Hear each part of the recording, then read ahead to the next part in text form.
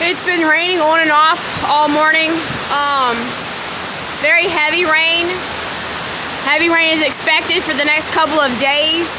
There is a concern about flooding in 2016.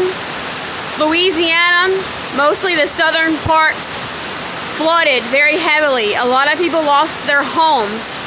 There is a great concern for these areas again, praying that they don't lose their homes again. Some people have never recovered from the 2016 flood. It's very sad. We are not in a low-lying area or a flood zone here in Livonia. We do have 2 drainage ditches on each side of our property on 2 sides.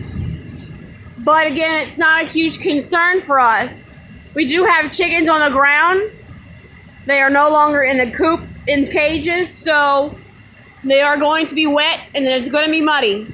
But please remember to lift up those who are in flood zones, those who have not recovered, and those who may lose it all again.